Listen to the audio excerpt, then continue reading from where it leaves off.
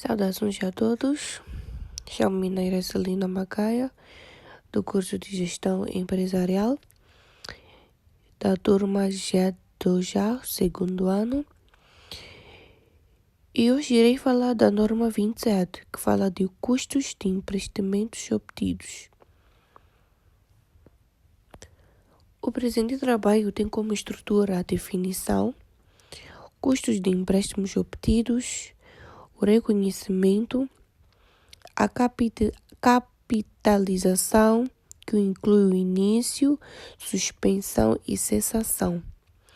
E temos a divulgação e os exercícios. E temos a definição.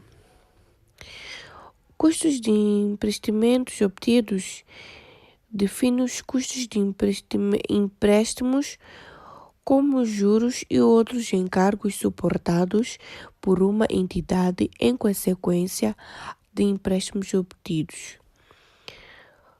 Quando falamos em custos de empréstimos obtidos, estamos a referir-nos a tudo aquilo que a empresa paga por ter recorrido a um financiamento. Isso inclui principalmente os juros bancários, mas também outras despesas associadas ao crédito, como comissões, taxas de abertura, encargos com quantias e até mesmo diferenças cambiais. Quando estas se relacionam diretamente com o financiamento de ativos. A norma foca-se especialmente em casos em que a empresa está a desenvolver ou adquirir um ativo qualificável. Por exemplo, construção de uma fábrica, um edifício, uma instalação complexa que demora tempo substancial para ficar pronta. Nestes casos, os custos dos empréstimos não devem ser tratados como um gasto imediato, mas sim incorporados no custo do próprio ativo.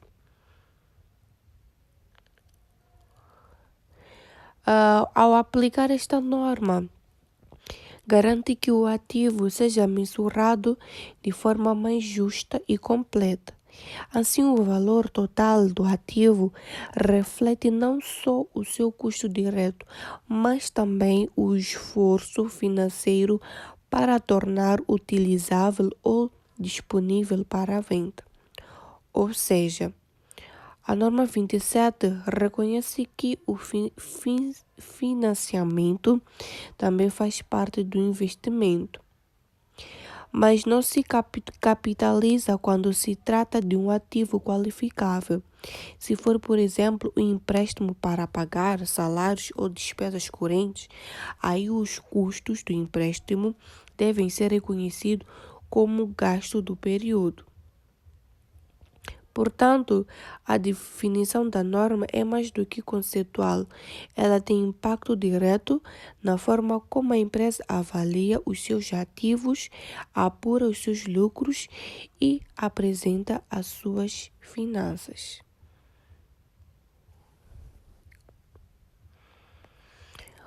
Custos de empréstimos obtidos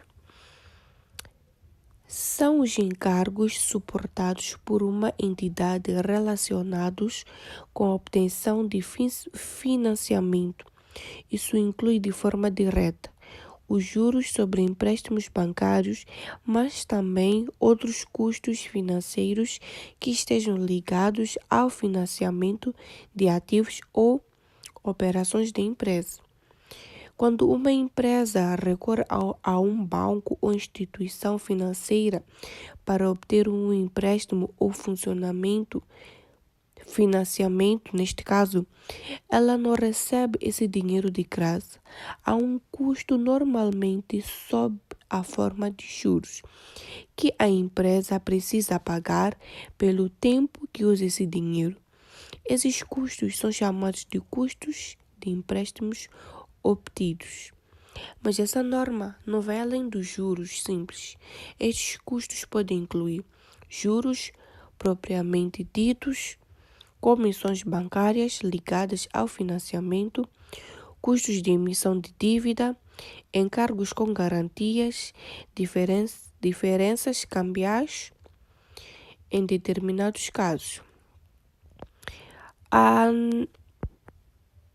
norma 27 estabelece uma distinção importante quando esses custos podem ser capitalizados, ou seja, adicionados ao custo de um ativo, e quando devem ser lançados como gastos imediatos.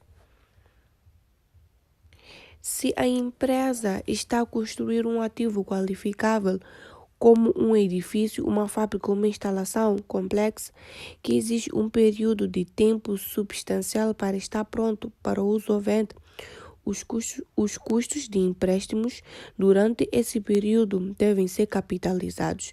Isto significa que eles aumentam o valor do ativo no balanço.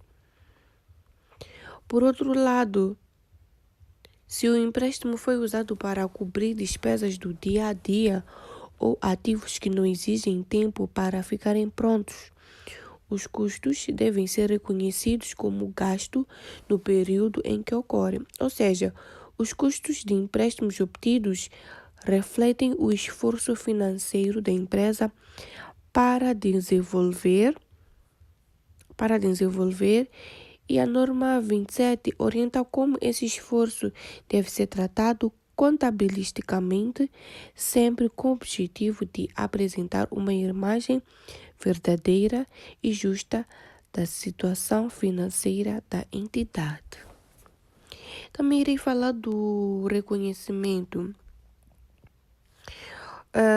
O reconhecimento dos custos de empréstimos obtidos trata de quando e como esses custos devem ser registrados nas demonstrações financeiras. Quando uma empresa obtém um empréstimo, o custo desse financiamento não deve ser lançado automaticamente como despesa. Ele estabelece que o reconhecimento dos custos de empréstimo depende do tipo do ativo ou atividade que está a ser financiado. Se o empréstimo for usado para financiar um ativo qualificável, como por exemplo, um edifício em construção, uma fábrica, um projeto que exige um longo período de tempo até estar pronto para uso ou venda, então os custos de empréstimo devem ser reconhecidos como parte do custo desse ativo.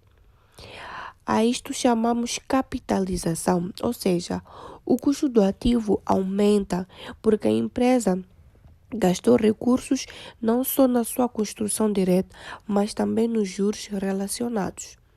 Por outro lado, se o empréstimo for usado para outros fins, como pagar salários, comprar mercadorias ou cobrir despesas administrativas, os custos de empréstimos não devem ser capitalizados. Nesse caso, são reconhecidos como gasto do período. E entram diretamente na demonstração financeira, na demonstração de resultados, como uma despesa financeira. O reconhecimento começa quando a entidade já iniciou as atividades necessárias para preparar o ativo qualificável. Está a incorrer em custos com o ativo e já existem custos de empréstimos sendo pago. E termina quando o ativo está pronto para o uso ou venda. Portanto, o reconhecimento baseia-se no princípio da correspondência, associar os custos com o ativo ou período correto, garantindo que as demonstrações financeiras reflitam a realidade da forma mais fiel possível.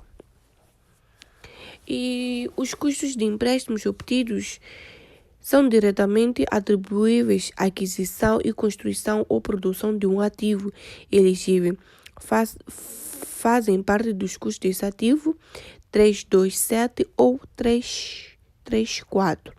Todos os outros custos de empréstimos obtidos são reconhecidos como gasto no período em que são suportados. Conta 6. 3. E também irei falar da capitalização. A capitalização dos custos de empréstimos obtidos como parte dos custos é um ativo elegível. Deve começar quando uma entidade efetua dispêndios como ativo, suporta os custos de empréstimos obtidos, desenvolve atividades que são necessárias para preparar o ativo quando o seu pretendido ou quando do ativo para o seu uso pretendido ou para a venda. Ou seja, não é suficiente ter um empréstimo. A obra ou produção tem de estar em andamento. Temos a suspensão de capitalização. Se houver uma interrupção significativa no desenvolvimento do ativo, por exemplo, a construção é parada por meses, a capitalização é suspensa. Nesse período, os custos de empréstimos durante a pausa não são capitalizados, são reconhecidos como gasto. Por exemplo, falta de licenças. Temos a capitalização da cessação. A capitalização termina quando o ativo está pronto para ser usado ou vendido. Mesmo que a empresa ainda não o utilize, se já estiver funcional, os custos de empréstimos posteriores não podem mais ser capitalizados. Preparar o ativo elegível para o seu uso pretendido ou para a venda estão concluídos. E também irei falar da divulgação da norma 27. A norma 27 exige que a entidade divulgue de forma clara e completa as informações relevantes relacionadas à capitalização desses custos. A norma determina que nas demonstrações financeiras, a empresa deve divulgar o seguinte: a quantia dos custos de empréstimos obtidos, capitalizada durante o período, a taxa de capitalização usada para determinar a quantia do custo de empréstimos obtidos elegíveis para capitalização, montante dos custos de empréstimos capitalizados no período. Esses devem indicar exatamente quando foi capitalizado, ou seja, o valor dos juros e encargos financeiros que foram integrados ao custo dos ativos qualificados. Já temos a taxa de capitalização, e a taxa de capitalização é utilizada quando os empréstimos não são diretamente atribuíveis a um ativo específico, mas sim financiamentos gerais da empresa. E é necessário divulgar a taxa média usada para calcular os juros capitalizados. Essas divulgações servem para dar transparência ao utilizador das demonstrações financeiras, mostrando como os custos financeiros estão a impactar o valor dos ativos da empresa e se estão de acordo com o critério da norma. E temos aqui um exercício que diz o seguinte: a empresa Textil adquiriu 60 teares por 2 milhões de meticais em 2/1 do ano N. Neste caso, vamos colocar 2021. Os teares estavam já a elaborar. A empresa contratou um financiamento específico para a aquisição dos teares, tendo suportado juros relativos a um semestre de 100 mil meticais e de 120 mil meticais no segundo semestre. De N, neste caso, procede à contabilização dos encargos financeiros de acordo com a norma 27. Aqui vamos dizer que em 2 de 1, vamos colocar um ano, vamos colocar 2021, para não ficarmos atrapalhados. Então, a solução, neste caso, os TRs não são ativos elegíveis. Assim, a empresa terá de contabilizar os custos de empréstimos obtidos como gasto com período. Bom, temos aqui uma situação em que a empresa comprou 60 TRs por 2 milhões em 2 de 1 de 2021. Em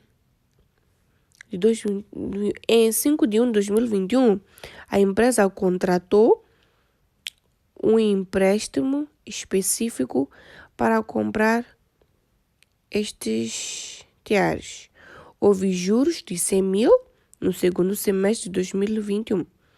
Segundo a norma 27, só se capitalizam os encargos financeiros, que são os juros, enquanto o ativo ainda estiver em fase de preparação para uso ou venda. Mas no caso apresentado, o ativo começou a operar em 2 de 1 de 2021, neste caso que é o N.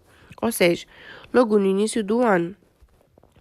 Os juros referem-se ao segundo semestre, ou seja, depois do ativo já estar a ser usado. Como os juros de 100 mil foram incorridos depois do ativo já estar a funcionar, não podem ser capitalizados. Devem ser reconhecidos como gasto do período, ou seja, lançados na conta de juros e encargos financeiros no resultado.